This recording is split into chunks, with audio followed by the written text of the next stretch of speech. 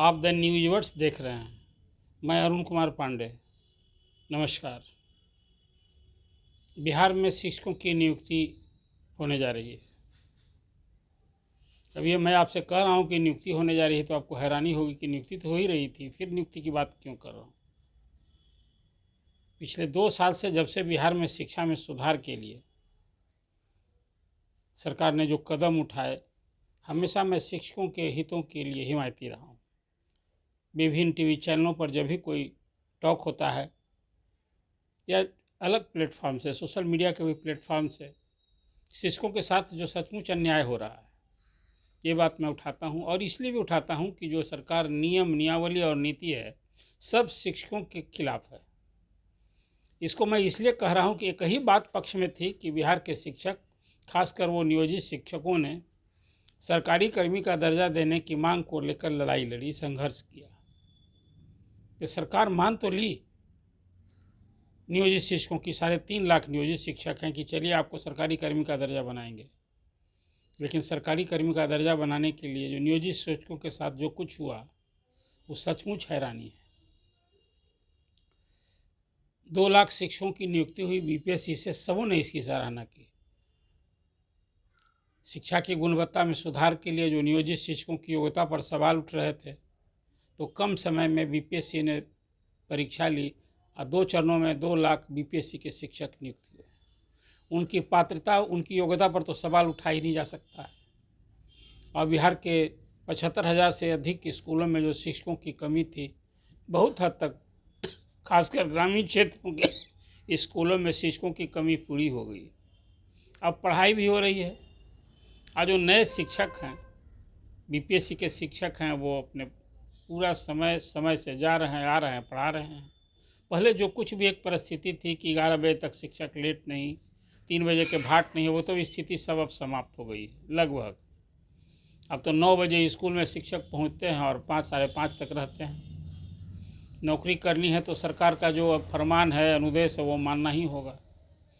लेकिन आज मैं ये चर्चा कर रहा हूँ, फिर पहले भी मैंने चर्चा की है कि नियोजित शिक्षक जो 3.5 लाख हैं, 2 चरणों में नियोजित शिक्षकों को सरकारी कर्मी का दर्जा बनाने के लिए 20 सक्षमता परीक्षा हो गई। और अभी प्रथम चरण में जो 1,87,000 शिक्षक पास किए हैं, अब वो तो सभी नियोजित शिक्षक के रूप में नियुक्त थे पंचायत और स्थानीय निकायों द्वारा। अब उस सब को फिर नई नियुक्ति होगी। इस परीक्षा पास किए लोग तो हुआ था कि वो सक्षम नहीं, उनकी सक्षमता की परीक्षा हुई थी। तो अब तो नौकरी का पदनाम ही बदल जाएगा, नियोजित शिक्षक विशिष्ट शिक्षक हो जाए, काम वही रहेगा, ये पदनाम बदल जाएगा। अब हैरानी की बात यह है कि नई नियुक्ति के साथ नियोजित सभी शिक्षकों को जो नए स्कूल में योगदान करेंगे, उनको इस्तीफा करना होगा। मतलब जिन लोगों ने 18 साल 15 साल काम किया है, वो सब सेवा उनका गायब हो गया। अब तो सबकी नई नौकरी हो जाएगी। आज मैं देख रहा था जहानाबाद का एक वहाँ का पत्र, जो वहाँ के जिला शिक्षा पदाधिकारी से कार्यालय से निर्गत हुआ है, अभ्यर्थियों के लिए जो नियोजित शिक्षक पास किए हैं, उसमें जैसी जैसी घोषणा कराई जा रही है कि कैसे आपको ये अभी औपबंधिक नियुक्ति पत्र मिलेगा। 20 नवंबर को जो एक मेगा इवेंट के रूप में जो नियोजित शिक्षक सक्षमता परीक्षा पास किए हैं 1,87,000, उसके लिए पटना में 200 शिक्षकों को तो मुख्यमंत्री के हाथों नियुक्ति पत्र बंटना है। और हर जिले में इसी तरह का ये नियुक्ति का मेला लगेगा, नियुक्त शिक्षकों के लिए नियुक्ति का मेला लगेगा। और फिर उनसे इस्तीफा लिया जाएगा। इस्तीफा दे देंगे तब फिर वो विशिष्ट शिक्षक के रूप में, और सभी का भी प्रमाण पत्रों की कितनी बार जांच होती रहेगी। सरकार की एक समझ है कि बहुत सारे लोगों ने प्रमाण पत्रों में भी हेरा फेरी करके, खासकर जो डिग्री लाओ नौकरी पाओ का जो बिशन पटेल के शिक्षा मंत्री काल में जो कुछ हुआ था ना, उसका ये ज़्यादा मामला आ रहा है। 70,000 शिक्षकों का तो फोल्डर ही गायब है, एक अलग इशू है जो निगरानी विभाग में जांचाधीन है। लेकिन ये सारे नियोजित शिक्षक जो अभी प्रथम चरण में पास किए हैं, जिन लोगों को परीक्षा लेने के साथ उनसे 3 जिलों का ऑप्शन मांगा गया था और 3 जिले आवंटित भी हो गए थे, तो सब मामला अब तो के पाठक गए और मौजूदा एसीएस आए तो नियमावली में भी बहुत भारी बदलाव हो गया। मतलब यहाँ सरकार वही है, मुख्यमंत्री वही हैं, शिक्षा मंत्री भी हैं, लेकिन सरकार में विभाग के अधिकारी बदलते ही नियम और प्रक्रिया में भी बदलाव हो गया। तो प्रथम चरण में तो जो शिक्षक थे उनसे 3 जिलों का आवंटन भी लिया गया था और कहा गया था कि मेधा क्रम में आपकी पोस्टिंग होगी। अब वो सब खत्म हो गया। अब तो सारे लोगों को सरकार जब चाहेगी 10 गृह अनुमंडल से बाहर 10 अनुमंडल और महिला शिक्षकों के लिए गृह पंचायत से बाहर 10 पंचायत का ऑप्शन मांगा गया है। और ये सब अभी दिसंबर महीने में सबकी 20 नवंबर तक ऑनलाइन आवेदन, 22 नवंबर तक ऑनलाइन आवेदन के बाद और सबकी पोस्टिंग होगी। और 20 नवंबर को नियुक्ति पत्र बतला है। अभी एक और जहां आवेदन लिए जा रहे हैं कि भाई हम विशेष शिक्षक बनना चाहते हैं, हम सक्षमता परीक्षा पास कर लिए हैं और सरकार जो मांग रही है ऑप्शन हम सब लोग दे रहे हैं, तो एक तरफ मांगा जा रहा है, दूसरी तरफ नियुक्ति पत्र बंट रहा है। और नियुक्ति पत्र में जो अंतिम लाइन है ना, वो बड़ी हैरानी की बात मुझे दिखी, इसलिए आज आपके सामने ये चर्चा कर रहे हैं। एक और तो प्रोविजनल अपॉइंटमेंट लेटर है और उस लेटर के अंत में क्या लिखा है कि मैं यह घोषणा करता हूँ या करती हूँ, मतलब ये शिक्षकों की ओर से है कि विद्यालय में पदस्थापन पत्र निर्गत होने के बाद 1 सप्ताह के अंदर त्याग पत्र और अनापत्ति प्रमाण पत्र, नो ऑब्जेक्शन सर्टिफिकेट हम देंगे। अब ये जो बताइए कि सारे शिक्षक जो वर्षों से काम कर रहे थे वो अब सब नई नौकरी हो जाएगी और पुरानी सेवा से नौकरी से इस्तीफा हो जाएगा। क्या ही हो रहा है शिक्षा विभाग में। अब तो सक्षमता परीक्षा का दूसरा चरण भी पास हो गया है, उसमें भी कोई 60,000 शिक्षकों के उत्तीर्ण होने की बात हुई और उनसे तो और हद हो गया है। बिहार स्कूल एग्जामिनेशन बोर्ड उनके लिए कोई जिला आवंटन नहीं कि सबको विभाग पर छोड़ दिया है। अब विभाग जहाँ चाहे अभी तो उनसे भी उसी तरह से आवेदन लिया जाएगा या आवेदन नहीं लिया जाएगा। क्या किया जाएगा कि सरकार उन्हें जहाँ चाहेगी वहाँ करेगी। एक तो ये ऑप्शन पर ट्रांसफ़र है, जो लोग ये अभी ऑप्शन देंगे ट्रांसफ़र उन्हीं का होगा, आवेदन देंगे उन्हीं पर ये विचार होना है कि वो विशेष शिक्षक बनेंगे, नया स्कूल में जहाँ पढ़ा रहे हैं स्कूल छोड़ के जाएंगे जहाँ सरकार चाहेगी जहाँ करेगी। और फिर वहाँ जाके उनको ये नियोजित शिक्षक के रूप में उन्होंने सेवा की है उसे उन्हें त्यागपत्र देना होगा, नई नौकरी करनी होगी। और जिन शिक्षकों ने अभी तक नियोजित शिक्षकों ने परीक्षा दी ही नहीं, उनका क्या भविष्य है। फिलहाल तो सरकार उनको सभी को, कोई 1-2 नहीं है, वो भी 80, 85, 87 हज़ार वैसे शिक्षकों की गिनती मानी जा रही है। अभी तो उन लोगों को कोई परेशानी नहीं है। फिर मैं ये बराबर कह रहा हूँ कि इसमें एक चीज़ जो अभी स्थानांतरण पदस्थापन की नई नीति लेकर सरकार आई है या पहली बार आई है, इसमें जो बीपीएससी से पास शिक्षक हैं उनके लिए निश्चित रूप से थोड़ा सुकून मिलने वाला है कि अब नौकरी करनी थी तो सरकार जहाँ चाहिए सबको, ग्रामीण क्षेत्रों में भी सारी अब सुविधाओं का, अब सासाराम का शिक्षक या शिक्षिका किशनगंज में पोस्टिंग हो गई और किशनगंज वाले को, भोजपुर वाले को दरभंगा में हो गया, तो वहाँ क्षेत्रीय भाषा बोली ये सब भी समस्या है। तो शिक्षकों का स्थानांतरण तो होना चाहिए, हर सेवा में स्थानांतरण का प्रावधान है तो शिक्षकों का भी होना चाहिए। सरकारी कर्मियों का तो है कि एक जगह 3 साल से अधिक होते हैं तो ट्रांसफ़र होता है, भले ही बहुत लोग पैरवी पैगाम के बल पर कोई 10-10 साल 15 साल भी रह जाते हैं। और शिक्षकों के लिए तो अब नियम सरकार बना दी है कि प्रत्येक 5 साल पर ट्रांसफ़र होगा, हर 5 साल पर ट्रांसफ़र की इंडस्ट्री जिलों में ये चलती रहेगी, इसलिए कि शिक्षकों का संवर्ग तो जिला संवर्ग है। अभी जिन शिक्षकों को गृह जिला से बाहर ट्रांसफ़र हो जाएगा, पता नहीं वही गृह जिला के शिक्षक संवर्ग में उनकी गिनती होगी कि फिर कभी और भी अपने ज़िलों में कभी जाने का अवसर उन्हें मिलेगा। ये सब एक भविष्य का सवाल है। चाहे कि जो 3 जिला उनके लिए आवंटित हुआ था वो तो अब कोई 3 जिला सुनिश्चित नहीं है कि मेधा क्रमांक के आधार पर होना था। लेकिन आप आज के सामने मैं इसलिए चर्चा के लिए अभी सामने हूँ कि जो नियोजित शिक्षक नए स्कूल में योगदान करेंगे तब उनको त्यागपत्र भी देना होगा और उन्हें नो ऑब्जेक्शन देना है कि भाई सरकार जो चाहे जैसे चाहे बर्ताव करे। अब भला बताइए, नौकरी करनी है तो सरकार का ये फरमान कितना न्यायोचित है। इसलिए विभिन्न शिक्षक संगठनों ने इसका विरोध शुरू हुआ है, भारी विरोध शुरू हो गया है। बिहार माध्यमिक शिक्षक संघ और मैं देख रहा था कई शिक्षक संगठनों ने अभी 20 नवंबर को जो नियुक्ति पत्र बंटने वाला है, औपबंधिक नियुक्ति पत्र, इसका बहिष्कार करने का आह्वान किया है और कहा है कि अपना भविष्य संवारना है तो इससे अभी बचिए, वेट कीजिए। बीपीएससी के शिक्षक तो खैर नहीं मानेंगे, उनके लिए कि अवसर आया है तो निश्चित रूप से ऑप्शन देंगे, जहां उन्हें सुविधा होगी, का स्थान बदल जाएगा तो स्वाभाविक है। नौकरी करने का मतलब तो परेशानी में कोई कैसे नौकरी करेगा। देखिए, शिक्षक की सेवा के प्रति पता नहीं सरकार का माइंडसेट क्या है। मैं तो मानता हूं कि शिक्षक समाज में उनकी जो भूमिका है, उनका जो मर्यादा है और जो उन्हें सम्मान देने की अपेक्षा है, वो तो करना चाहिए। इसलिए शिक्षक जो है वो कहते हैं कि ब्रेन ड्रेन करने वाला काम करते हैं, पीढ़ी बनानी है।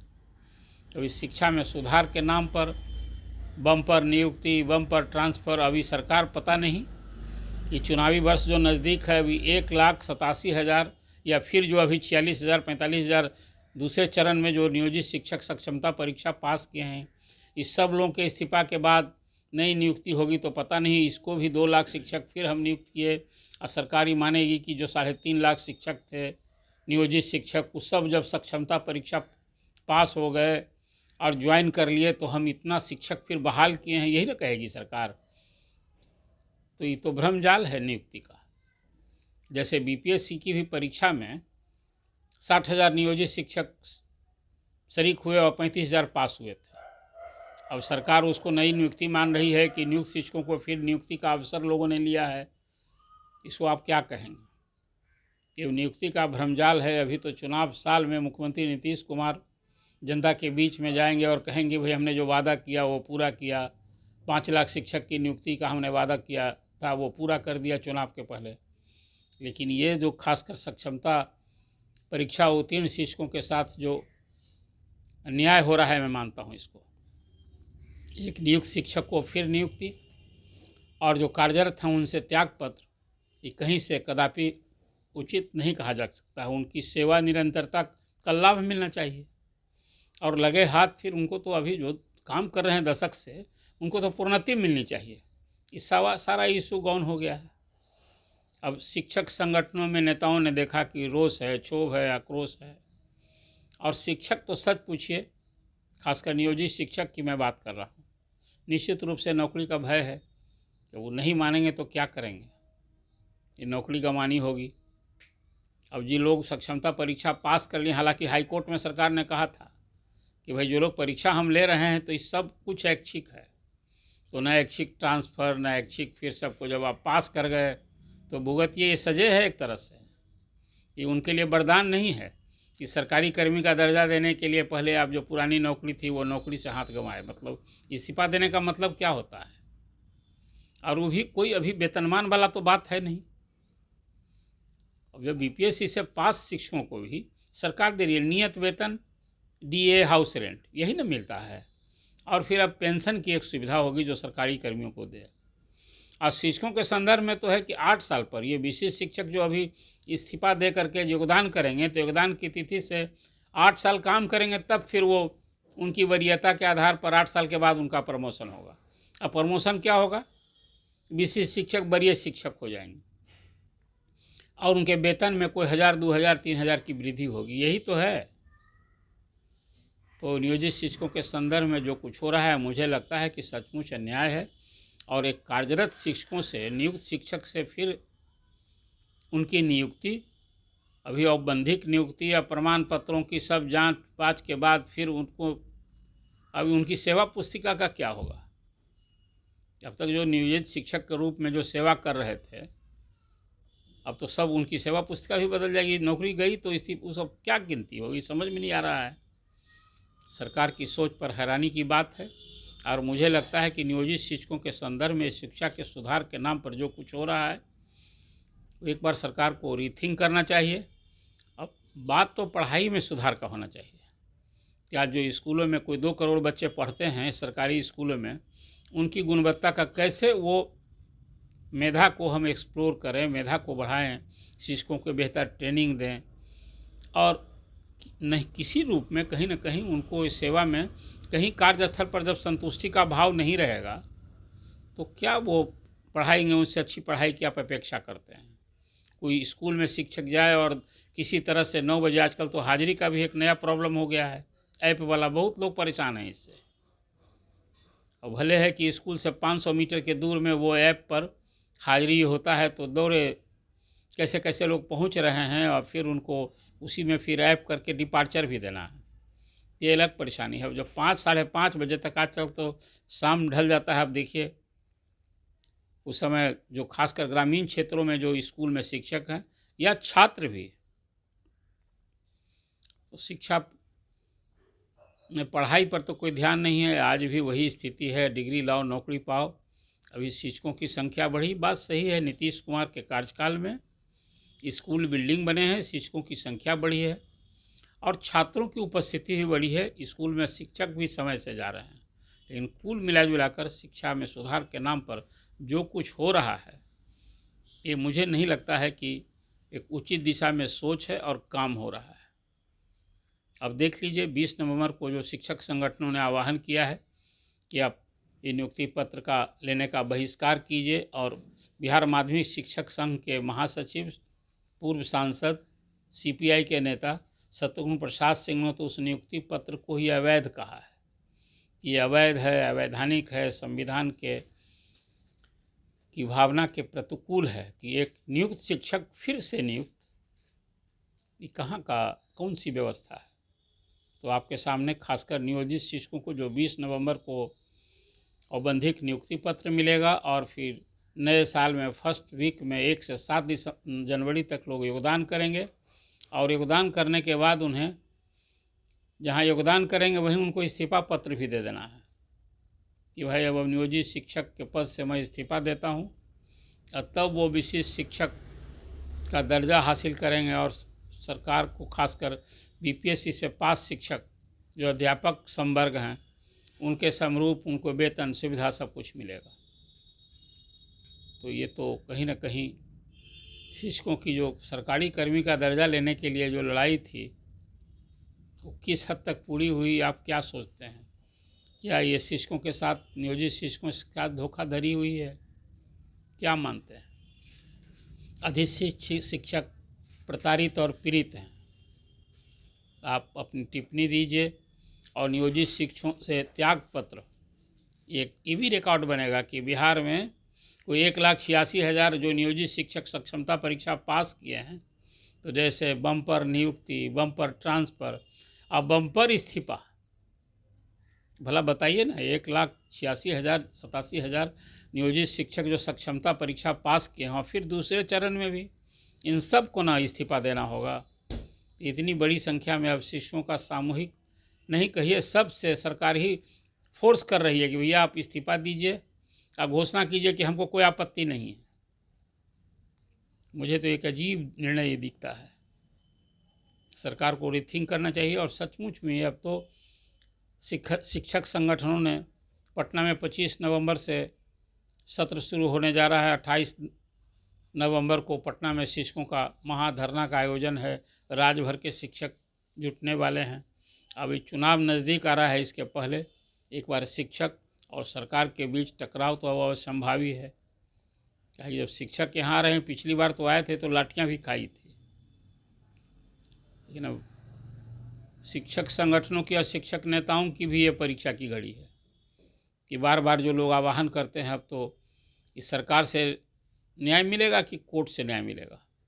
कोर्ट में भी तो याचिका दायर हो गई है। अब देखना है कि कोर्ट से जो मैंने चर्चा की है आपसे कि शिक्षकों के साथ न्याय हो रहा है, नौकरी वाले को फिर से नौकरी और नौकरी वाले को फिर इस्तीफा, इस पर तो निश्चित रूप से कोर्ट भी गौर करेगा, ऐसी उम्मीद की जानी चाहिए।